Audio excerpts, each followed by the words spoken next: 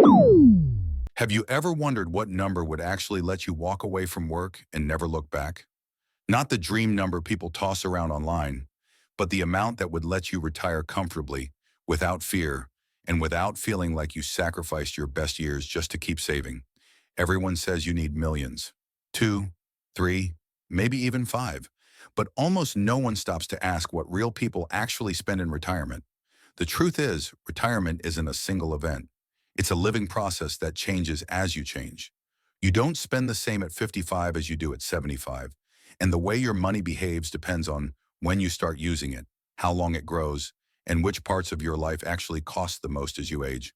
So instead of vague formulas and random rules, let's use real spending patterns to see what it might take to retire at 55, 60, 65, and 70, and why the number could be much lower than you've been told.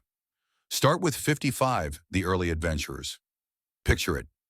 You've been working for 3 decades, the mortgage is close to done, the kids are launched, and you're asking if there's more to life than another 10 years of the same. You're still healthy and you want to enjoy the world while you have the energy. The fear, of course, is whether you can afford it. Most people assume retiring at 55 is impossible, but the data tells a different story. A typical mid-50s couple spends around the cost of a comfortable life. Not lavish, but full of dinners out, a trip or two, a car payment, and helping the kids now and then. If you stop working at 55, Social Security doesn't arrive until at least 62, which means your savings carry you for 7 years. That phase is the bridge, purely portfolio funded.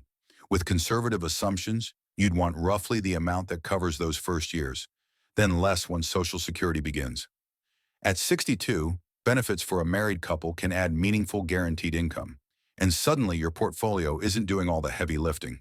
As the 60s roll in, life naturally slows a bit.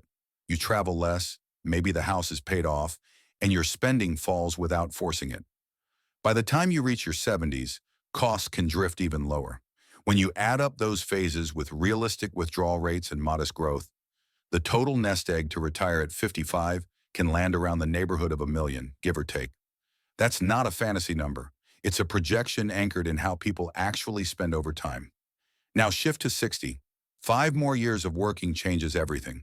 Your portfolio compounds longer, you may contribute more, and you only need to bridge 2 years before benefits can start. That shrinks the burden on your savings dramatically. Claim at 62 and your portfolio withdrawals fall again. Prefer a bigger lifetime benefit? Wait to claim until your full retirement age and the guaranteed income rises. The trade-off is obvious. Bridge more upfront, get more certainty later. Even so, the total required to retire at 60 can be hundreds of thousands less than retiring at 55, simply because you shorten the period your portfolio must fully replace your income. And if one spouse retires first while the other works a bit longer, you can tailor the plan to balance time, security, and peace of mind. For most people, 65 is still the mental finish line. Medicare is in reach, Social Security is larger than at 62, and the big-ticket life costs, kids, career, housing, may already be behind you. This is where the math often surprises people. With a paid-off home and steady benefits, the portfolio's job is to supplement, not to fund every dollar. You might bridge a short window before claiming, then draw modestly while keeping a reasonable chunk invested. Spending typically dips again in the later 70s as travel slows and life simplifies. Add those pieces together, and a comfortable retirement at 65 can pencil out with a portfolio number that's far lower than the internet scare stories suggest, something many households already have or can reach with focused saving in the final working years. And then there's 70.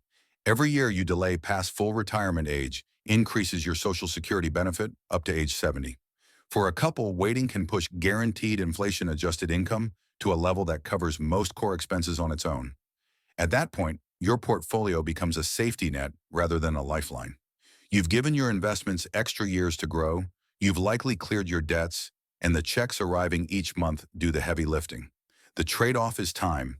You work longer, but you retire into a phase of life with very high income certainty and very low withdrawal pressure.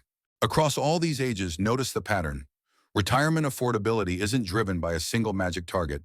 It's driven by your bridge, how you cross from earning to living. Bridge more and you need more upfront. Bridge less and the number falls. Layer in natural spending declines with age, a paid-off mortgage, and the boost from Social Security, and the path gets clearer. Also remember that your numbers can improve if you add even small income streams, especially in the early years. A side business, consulting, or a channel you build with intention can reduce portfolio withdrawals while giving your savings more time to compound. Even a few $100s a month changes the math meaningfully over a decade. Of course, there are risks. Markets can drop early in retirement. Inflation can rise faster than expected. Healthcare can surprise you. This is why a cash cushion, 2 to 3 years of basic expenses in safer accounts, can be a lifesaver. It buys you time during downturns so you aren't forced to sell at a loss. It also helps you ride out inflation spikes without panicking. Revisit your plan annually, rebalance when allocations drift, and let your real-world spending adjust naturally as your life evolves. People don't live like spreadsheets. They don't spend in perfect straight lines. And that's okay. The goal is not perfection, it's adaptability. If you take nothing else away, take this. Retiring comfortably is less about having the biggest number and more about knowing your number, the one that fits your timeline, your lifestyle, and your values. Maybe that's earlier, with more flexibility and a leaner bridge. Maybe it's later, with a larger guaranteed income and less stress. Both are valid and both can work. Picture the age that feels right to you. Imagine a Monday morning with no alarm, no commute, no rush. You make coffee slowly. You open the window. That quiet moment is what the years of effort were for. Not just the money, the freedom. Whether your number looks like 1 million, something higher, or something lower, the path is the same. Understand your spending, respect your bridge, use benefits strategically, and stay flexible as life changes. Thanks for watching InvestingFlix, where smart money learns smarter moves. Subscribe for more insights that grow your wealth.